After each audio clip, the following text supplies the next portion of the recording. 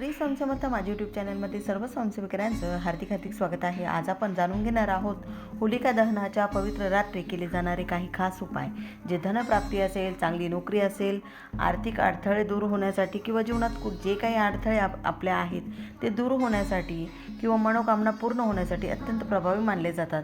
हिंदू धर्मामध्ये होलिका दहन ही फक्त परंपरा नसून नकारात्मक शक्तीचा नाश आणि सकारात्मक ऊर्जेची सुरुवात मानली जाते। या दिवशी केलेली प्रार्थना आणि उपाय लवकर फलदायी ठरतात असं शास्त्र सांगतं। तर चला जाणून घेऊया होलिका दहनाच्या रात्री करायचे सोपे पण प्रभावी उपाय। होलिका दहनाच्या रात्री करायचे खास विशेष उपाय म्हणजे होलिकेची प्रदक्षिणा। अडथळे दूर करण्यासाठी होलिका प्रज्वलित झाल्यानंतर 7 किंवा 11 प्रदक्षिणा घालाव्यात। गूळ, हरभरा किंवा नारळ अर्पण करावा। मनात आपली नोकरी किंवा आर्थिक समस्यांपासून मुक्तीची प्रार्थना करावी, जी तुम्हाला अडचण असेल त्या संदर्भात। यामुळे नकारात्मक ऊर्जा नष्ट होते आणि आर्थिक सुबत्ता देखील मिळते। धनप्राप्तीसाठी उपाय जर म्हणाल तर देवी लक्ष्मी यांचं स्मरण करून होलिकेच्या अग्नीमध्ये थोडी साखर, तूप अर्पण करायचं आहे। ओम श्री महालक्ष्मी नमः 21 किंवा 108 वेळा हा जप करायचा आणि त्यानंतर साखर आणि तूप आपल्याला अर्पण करायचे आहे। साखरेच्या जागेवर तुम्ही तो गूळ देखील अर्पण करू शकता। हा उपाय आर्थिक स्थैर्यासाठी शुभ मानला जातो।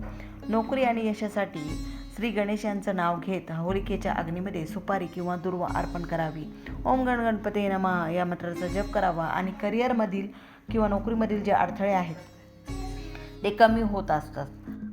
इच्छापूर्तीसाठी विशेष उपाय जर म्हणलं तर एका कागदावर आपली इच्छा लिहावी, होलिकेच्या अग्नीसमोर उभे राहून प्रार्थना करावी, कागद जाळू नये, तो देवघरात तसाच ठेवायचा आहे। हा उपाय संकल्प शक्ती वाढवत असतो आणि होलिका दहनानंतर दुसऱ्या दिवशी थोडी राख आपल्या घरात आणायची आणि घराच्या प्रवेशद्वाराजवळ ती ठेवायची किंवा त्याचा तिलक आपल्या प्रवेशद्वाराला देखील तुम्ही लावू शकता।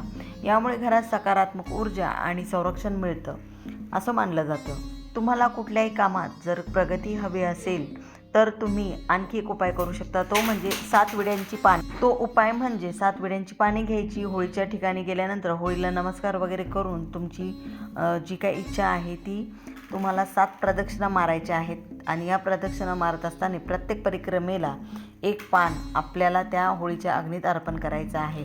असं ते 7ही प्रदक्षिणा परिक्रमा मारताना आपल्याला हे 7ही पानं आपल्याला होळीमध्ये अर्पण करायचे आहेत, ज्याने आपली मनोकामना त्या ठिकाणी सांगायची आहे आणि प्रार्थना करायची आहे। त्याचबरोबर तुम्ही काळी मिरी, लोभान आणि तूप एकत्र अर्पण करायचं आहे। यामुळे तुमचं आरोग्य हे व्यवस्थित राहणार आहे, आरोग्य प्राप्त होणार आहे चांगल्या प्रकारचं।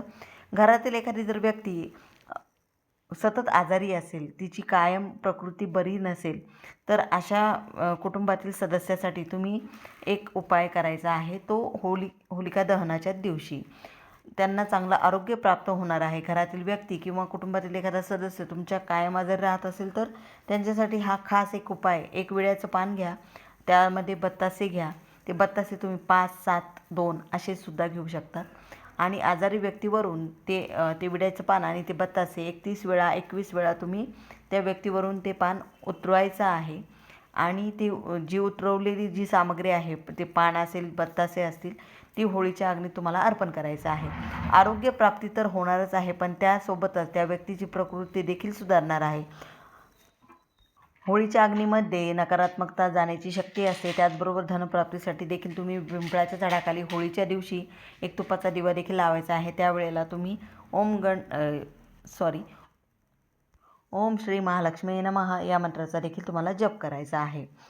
अशी बरेचसे उपाय आहेत, जी छोटे छोटे उपाय असतात, जे आपल्या जीवनामध्ये सकारात्मकता आणतात, सुबत्ता आणतात आणि धनप्राप्तीसाठी आपल्याला मार्ग देखील दाखवत असतात।